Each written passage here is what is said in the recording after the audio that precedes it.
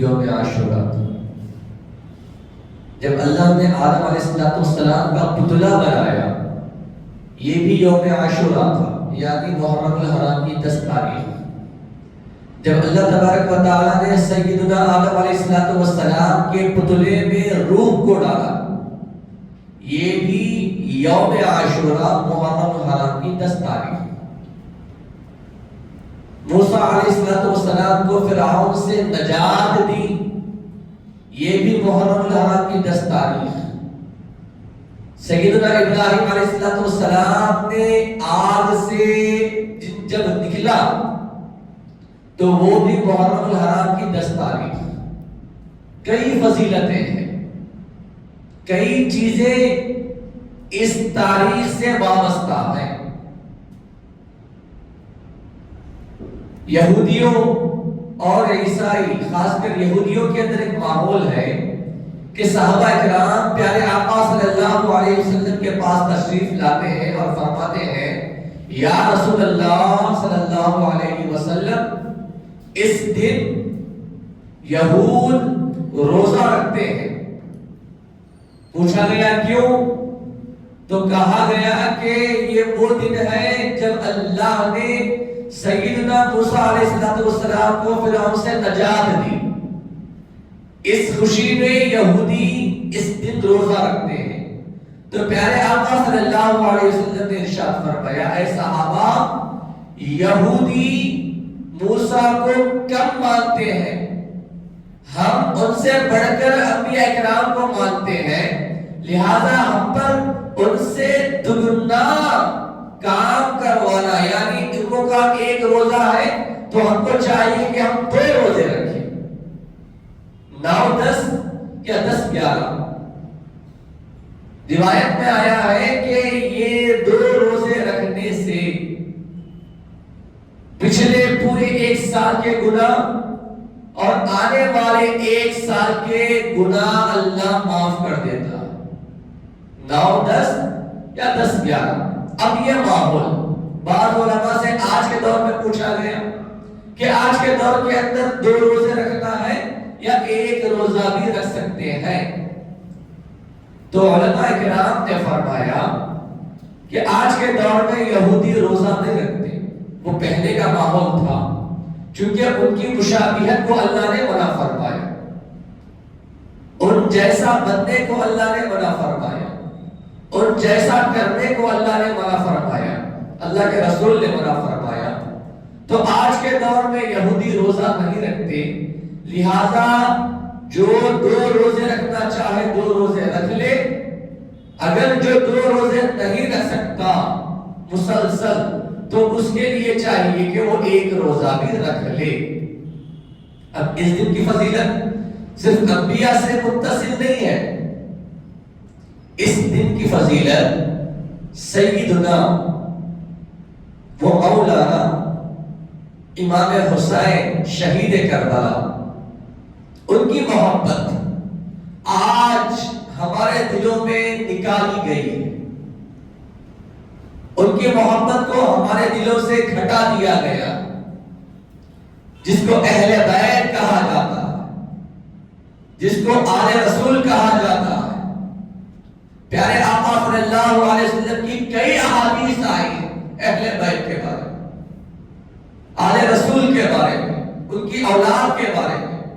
اللہ کے رسول نے فرمایا کہ میرے ہر ایک کی نسل اس کے بیٹے سے چلتی ہے، مگر میری نسل میرے نواسوں سے چلو۔ امام حسن اور امام حسین، الحسن والحسین سیدہ شباب اہل الجنہ، حسن اور حسین دونوں جنت کے نوجوانوں کے سردار، اور کئی فضیلتیں، کئی محبتیں اللہ کے رسول اپنے نوازوں سے کیا کرتے ہیں۔ اللہ کے رسول صلی اللہ علیہ وسلم سے پوچھا گیا کہ یا رسول اللہ، آپ اپنے نوازوں سے محبت کرتے ہیں؟ تو پیارے آقا فرماتے ہیں، اے پروردگار، میں حسن اور حسین سے محبت کرتا ہوں، اے پروردگار تو بھی ان دونوں سے محبت کر، اور جو ان دونوں سے محبت کرتا ہے ان سے بھی تو محبت کر۔ آج کے دور میں محبت کو نکال دیا گیا، حسنین کریمین کی الفت کو نکال دیا گیا، آل رسول کی محبت کو گھٹا دیا گیا، آل رسول کے ادب کو ختم کر دیا گیا، کئی طرح کے جماعتیں، کئی طرح کے تنظیمیں آ گئی، اور امام حسین کے قاتل کو نعوذ باللہ رحمت اللہ علیہ کہا جا رہا، امام حسین کے شہید کرنے والے کا ادب کیا جا رہا، اور امام حسین کے بارے میں پوچھا جائے تو خاموشی اختیار کر لی جا رہی، اور کہا جاتا ہے کہ یہ جنگ سیاست والی جنگ تھی، نعوذ باللہ۔ امام حسین کو کیا ضرورت تھی سیاست کی؟ امام حسین کو کیا ضرورت تھی تخت و تاج کی؟ امام حسین کو کیا ضرورت تھی رتبے و مرتبے کی؟ جس کو اللہ کے رسول نے دنیا میں کہہ دیا ہو کہ تم جنت کے نوجوانوں کے سردار ہو، چند دنوں کے تخت و تاج کی کیا ضرورت؟ وہاں ہمیشہ کے صدر امام حسین، ہمیشہ کے لیڈر امام حسین، یا چند دنوں کے تخت و تاج کی کیا ضرورت؟ ضرورت نہیں تھی۔ پیارے آقا اتنا چاہتے، ایک مرتبہ ابو ہریرہ رضی اللہ تعالیٰ عنہ آئے، پوچھا گیا یا رسول اللہ صلی اللہ علیہ وسلم آپ کتنی محبت کرتے ہیں اپنے نواسوں سے؟ پیارے آقا فرماتے ہیں کہ میں بھی محبت کرتا ہوں اور تم بھی محبت کرو، جو ان سے محبت کرتا ہے میں ان سے محبت کرتا ہوں۔ پھر فرمایا گیا جو ان سے بغض رکھتا ہے، دشمنی رکھتا ہے، عداوت رکھتا ہے، میں بھی ان سے بغض عداوت رکھتا ہوں۔ کتنی محبت ہوگی، کتنی چاہت ہوگی، ان کے واقعات میں جائیں تو اتنے پیارے واقعات ہمیں ملتے ہیں، اتنے پیارے واقعات ہمیں سننے کو، پڑھنے کو ملتے ہیں۔ پیارے آقا صلی اللہ علیہ وسلم دونوں کندھوں پر، ایک کندھے پر حسن، دوسرے کندھے پر حسین رضی اللہ تعالیٰ عنہما کو بٹھا کر سواری کی۔ کتنی محبت ہوگی، ہر دن حسنین کریمین کو اللہ کے رسول چوما کرتے، محبت بے انتہا تھی، اور جب بھی ان کے بارے میں تذکرہ کرنا ہوتا صحابہ کو یہی کہتے کہ اے صحابہ میرے حسن اور حسین سے محبت کرو، میرے اہل بیت سے محبت کرو، میرے نواسوں سے محبت کرو، بارہا یہی ترغیب دیتے۔ اور کیسی محبت تھی، نماز ادا کر رہے، نماز میں بازو امام حسین ہے، چھوٹے سے بچے، دیکھیے کیسی محبت ہے۔ نماز کے اندر سجدے میں جاتے ہیں، سجدے میں جانے والے کون؟ ہمارے اور آپ کے رسول۔ اللہ کے بعد ساری دنیا میں اگر کسی کا رتبہ و مرتبہ ہے تو وہ امام حسین کا، وہ سجدے میں گئے، وہ اللہ کے رسول کا ہے، اللہ کے رسول سجدے میں گئے۔ جب سجدے میں گئے تو امام حسین رضی اللہ تعالیٰ عنہ چھوٹے سے بچے ہیں، آپ آ کر فوراً اللہ کے رسول کے شان مبارک پر بیٹھ جاتے ہیں، پشت مبارک پر بیٹھ جاتے ہیں۔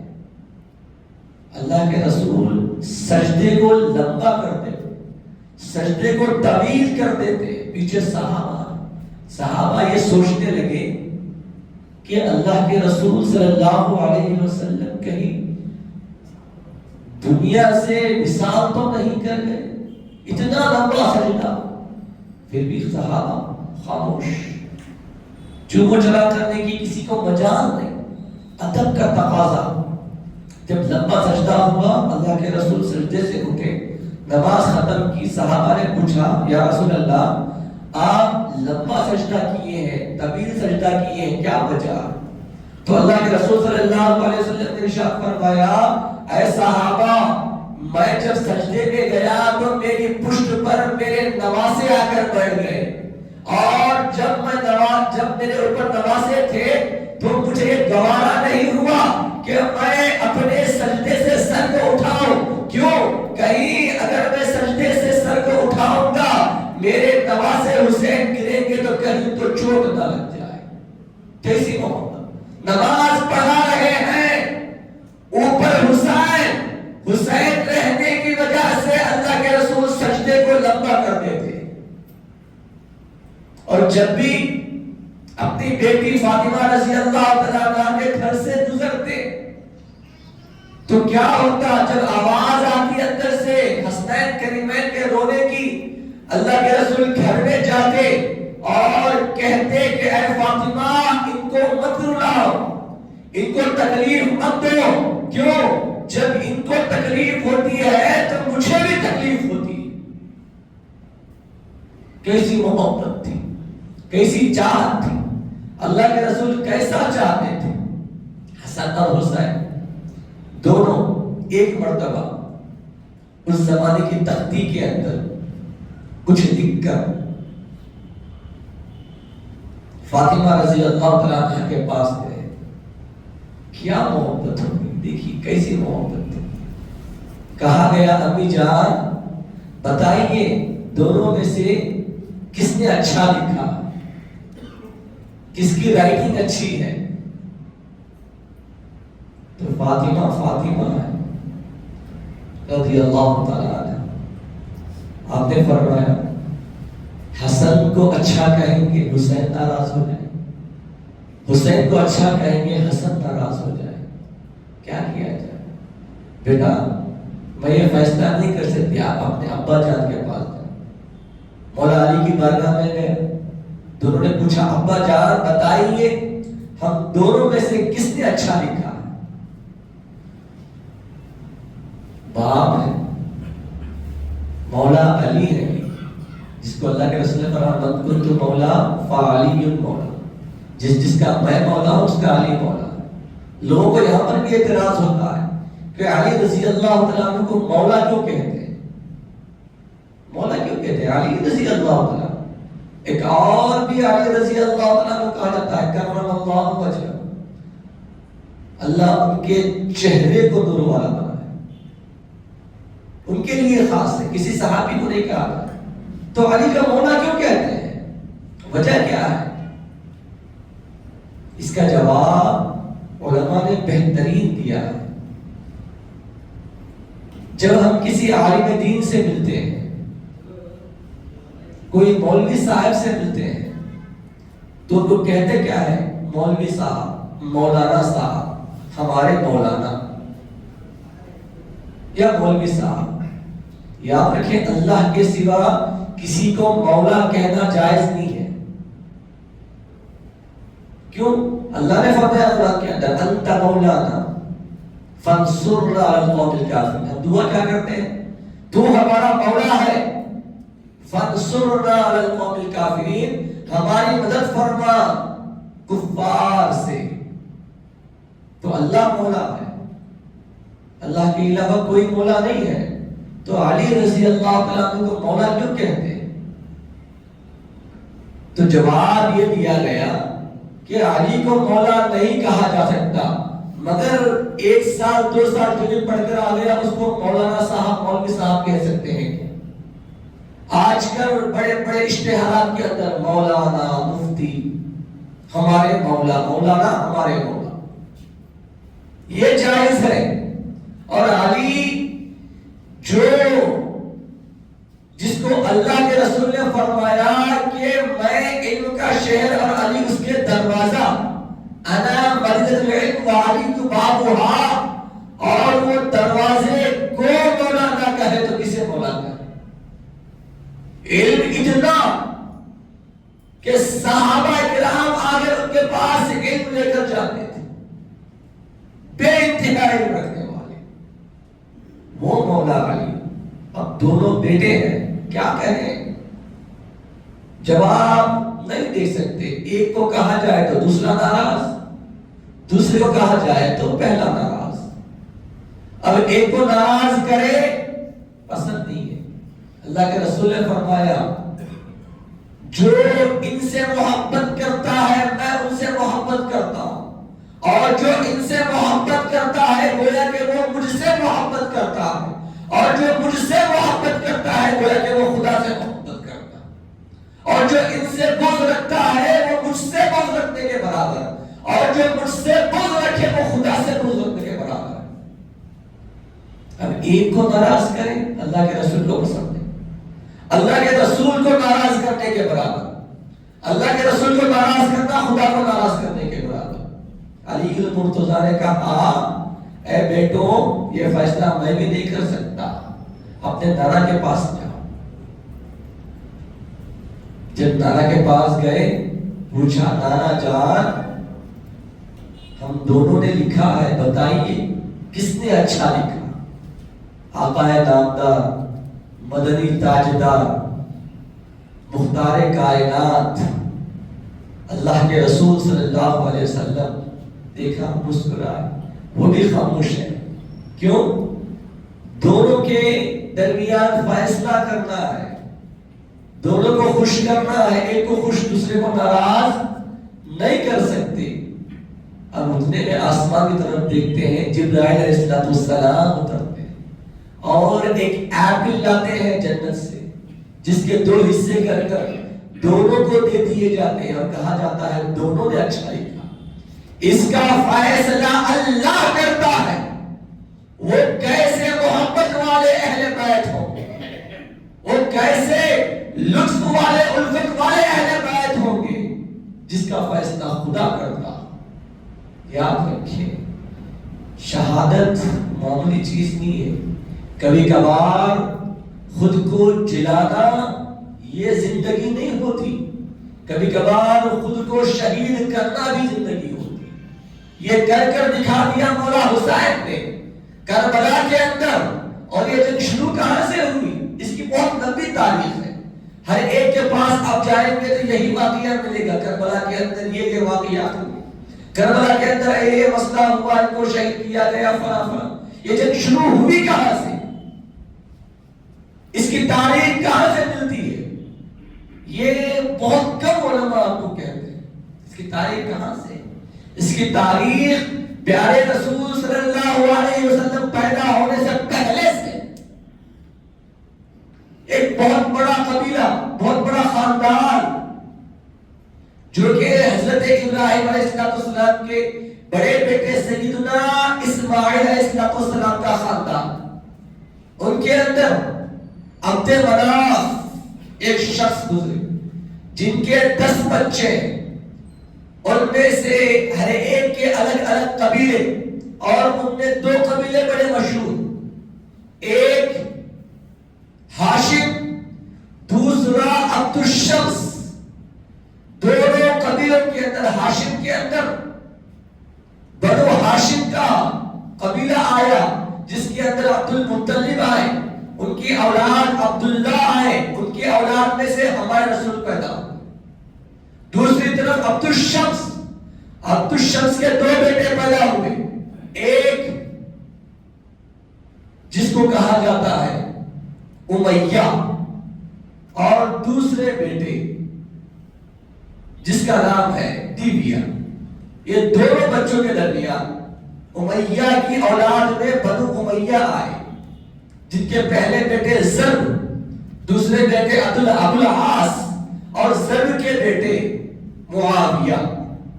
معاویہ کے بیٹے امیر حمزہ کے بیٹا یزید. یہ لمبا خاندان. اور بنو امیہ ایک طرف ایک قبیلہ اور بنو ہاشم ایک قبیلہ, دونوں کے درمیان ایک عہد ہوا اور ایک فیصلہ ہوا کہ بنو امیہ کا خاندان سارے سیاسی کام دیکھے گا. جیسے کہ آج کے دور میں سعودی عرب کے اندر 2 خاندان بڑے ہیں, ایک سعودی خاندان جو سارے فیصلے سارے سیاسی کام دیکھتا ہے, اور دوسرا عبد الوہاب نجدی کا خاندان جو کہ علمی گھرانہ کہا جاتا ہے جس کے اندر امامت اور کعبۃ اللہ کے اطراف جو فیصلے شریعت کے ہیں وہ کرتے ہیں. اسی طرح کعبۃ اللہ کے متولی بنو ہاشم کے خاندان میں آیا اور اس کے متولی عبد المطلب تھے. سیاسی کام، سارے حکومتی کام بنو امیہ دیکھتے. بنو امیہ کا خاندان اور ان کی اولاد بڑے طاقت والے، اور بنو ہاشم اور بنو امیہ میں ہمیشہ دونوں میں کچھ نہ کچھ مقابلہ ہوتا رہتا. اس مقابلے کے اندر کیسے مقابلے ہوتے؟ کوئی کھانا کھلائے تو دوسرا قبیلہ کہتا کہ میں اس سے بڑھ کر کھانا کھلاؤں. گھوڑ سواری ہوتی، کوئی ایک مرتبہ ہارتا، دوسرا اس کو ہرانے کے لیے جیتنے کی کوشش کرتا. ہمیشہ کچھ نہ کچھ مقابلہ دونوں میں ہوتا. اب ہوتے ہوتے ہوا کیا؟ ساری حکومتی نظام بنو امیہ کے خاندان میں کب تک تھا؟ جب تک ہمارے رسول صلی اللہ علیہ وسلم دنیا میں نہیں آئے. ہمارے آقا دنیا میں تشریف لائے، لانے کے بعد ہمارے آقا صلی اللہ علیہ وسلم نبوت کا اعلان فرمائے. سارے بڑے بڑے حکمران تھے، آپ کے سامنے سر کو جھکایا، آپ کی نبوت کو تسلیم کر لیا اور آپ کی نبوت پر اپنی جان نثاری ادا کر دی، اور یہاں تک کہ آپ کو سب کچھ مان لیا. اب بنو امیہ کا خاندان اس زمانے سے جو حکومتی نظام سنبھالتا تھا، بادشاہت سنبھالتا تھا، اچانک اس کو زمین پر آنا برداشت نہیں ہوا. پھر کیا ہوا؟ بنو امیہ کے خاندان والے، ایک تاریخی بات میں آپ کو بتاؤں، اللہ کے رسول صلی اللہ علیہ وسلم کی مکمل تاریخ میں آیا 30 جنگیں ہوئی. 30 جنگوں میں 21 یا 22 جنگیں صرف اور صرف بنو امیہ سے ہوئی. جو جنگیں ہوئی، لڑائیاں، بڑی بڑی جنگیں، اور فتح مکہ تک جتنی جنگیں ہوئی سب کے سب بنو امیہ کے ساتھ ہوئی. تاریخ کی بات ہے. اتنی دشمنی کر دی، اور بنو امیہ کا خاندان سوائے چند لوگوں کے، اس وقت حکمران کون تھے بنو امیہ کے خاندان میں؟ معاویہ رضی اللہ تعالی. آپ کے ساتھ کئی جنگیں ہوئی، کب تک؟ فتح مکہ تک، صلح حدیبیہ تک. صلح حدیبیہ کے بعد فتح مکہ ہوا. فتح مکہ کے بعد یہ لوگ سارے ایمان لے کر آئے. جو امیر معاویہ ہیں رضی اللہ تعالی، ایمان لانے کے بعد اب ان کے نسل میں کئی چیزیں پیدا ہوئی. اللہ کے رسول صلی اللہ علیہ وسلم کا ظاہری وصال ہوا. ظاہری وصال کے بعد صدیق اکبر آپ تقریباً 4 سال تک خلیفہ بنے رہے. اب ان کے بعد لوگ چنتے، صحابہ اکرام میں بڑے بڑے صحابہ چنتے کہ کون خلیفہ بنے گا. عمر فاروق رضی اللہ تعالیٰ عنہ کو خلیفہ بنایا. دوسرے خلیفہ عمر فاروق، تقریباً 10 سال آپ نے حکومت فرمائی، خلافت. تب آپ کے بعد عثمان غنی رضی اللہ تعالیٰ عنہ کو خلیفہ بنایا گیا. آپ کتنے سال رہے؟ تقریباً 13 سال آپ خلیفہ رہے. 13 سال تک. آپ خلیفہ جب بنے تو آپ بنو امیہ کے خاندان میں سے عثمان بن عفان، بنو امیہ کے خاندان میں سے عثمان غنی رضی اللہ تعالیٰ. جب آپ خلیفہ بنے، تیسرے خلیفہ، 13 سال آپ کی خلافت تھی. آپ کی خلافت کے اندر امیہ خاندان والے جو کہ اس زمانے سے بادشاہت سنبھالتے آ رہے تھے، تو انہوں نے دوبارہ اپنے آپ کو سمجھا کہ دوبارہ ہم بادشاہت کو سنبھالنا شروع کر دیں. مدینے کا کسی کو گورنر بنا دیا، ملک شام کا کسی کو گورنر بنا دیا. عمر فاروق رضی اللہ تعالیٰ عنہ کے زمانے میں امیر معاویہ رضی اللہ تعالیٰ عنہ کو ملک شام کا گورنر بنایا گیا تھا. اب اس کے بعد عثمان غنی رضی اللہ تعالیٰ عنہ کی خلافت میں آپ کو ملک شام اور ساتھ ساتھ عراق کے چند علاقے دیے گئے گورنری کے لیے. آپ بڑے بن گئے اس زمانے میں. 13 سال آپ کی حکومت اور آپ کا خاص ایک وزیر تھا, پرسنل سیکریٹری سے کہا جاتا, وہ تھا مروان بن حکم جو چچیرا بھائی تھا. آپ کے پاس جتنے بھی مسئلے آتے عثمان غنی رضی اللہ عنہ تک وہ پہنچنے نہیں دیتا تھا, کیونکہ بڑا ظالم تھا مروان بن حکم امیہ خاندان میں سے.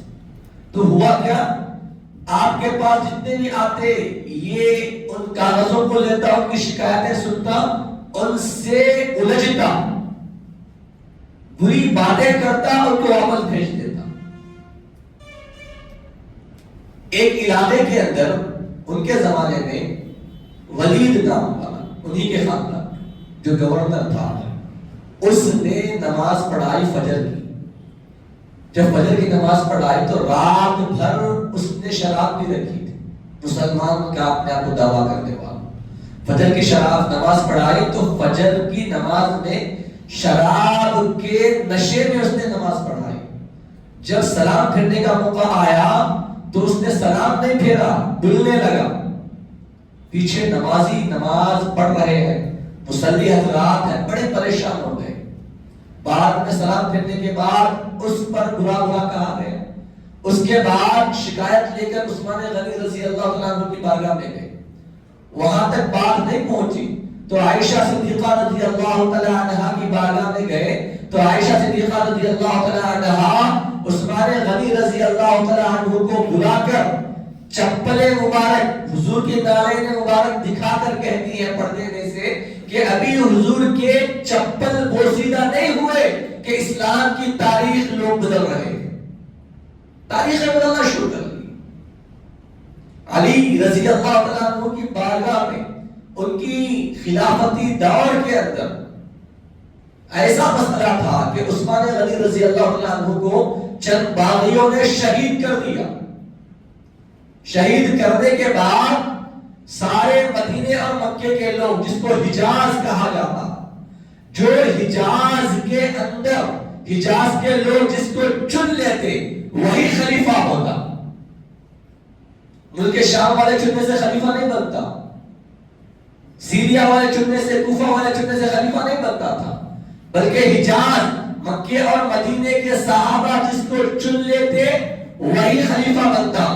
4 خلیفے علی المرتضی رضی اللہ تعالیٰ عنہ کو بنایا گیا. آپ نے فرمایا یہ پرفتن دور عثمان غنی رضی اللہ تعالیٰ عنہ کو شہید کیا گیا اور ہر جگہ فتنہ برپا ہو چکا ہے, تو آپ نے پہلے تو قبول کرنے سے انکار کیا, پھر بڑے بڑے صحابہ نے کہا اب آپ ہی ہیں جو اسلام کی ڈور سنبھال سکتے ہیں. تو اس وقت علی المرتضی رضی اللہ تعالیٰ عنہ, جو علی وہ علی ہے جس کو اللہ کے رسول نے ان کے شہر کا دروازہ کہا, وہ ان کے شہر کے دروازے جس کے اندر بے انتہا علم, جن کے اندر بے انتہا عقل, جن کے اندر بے انتہا تجربہ, جب انہوں نے حکومت کی خلافتی دور سنبھالی تو جب آپ خلافت کے عہدے پر بیٹھے سب سے پہلے ایک فیصلہ کیا. وہ فیصلہ کیا تھا؟ وہ فیصلہ یہ تھا کہ جتنے گورنر بنے ہوئے ہیں سب کو ان کے عہدے سے معزول کر دیا جائے. کیوں؟ کیونکہ اس زمانے میں سارے علاقوں کے گورنر بنو امیہ بنے ہوئے تھے, ساروں کو معزول کر دیا جائے. اب یہ خبر معاویہ رضی اللہ تعالیٰ عنہ کے پاس پہنچی جو اس زمانے میں ملک شام کے اور عراق کے علاقوں کے گورنر تھے.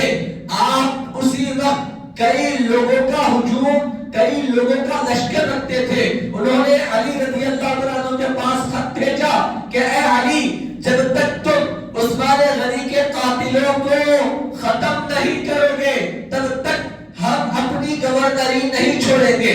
پھر مولا علی نے خط بھیجا کہ میں جب بڑا بنوں گا, جب گورنری سے آپ معزول ہو جائیں گے تو اس وقت ساری خلافت میرے ہاتھ میں ہوگی, اور جب ساری خلافت میرے ہاتھ میں ہوگی تو تب جا کر میں عثمان غنی رضی اللہ تعالیٰ عنہ کے قاتلوں کو پکڑ کر کر سزا دوں گا، اس وقت بھی معاویہ رضی اللہ عنہ نے نہیں مانا، بلکہ دونوں کے درمیان جنگیں ہوئی، جنگ جبل ہوئی، جنگ صفین ہوئی، دونوں طرف مسلمان، دونوں طرف جنگیں کرنے والے، دونوں طرف اللہ اس کے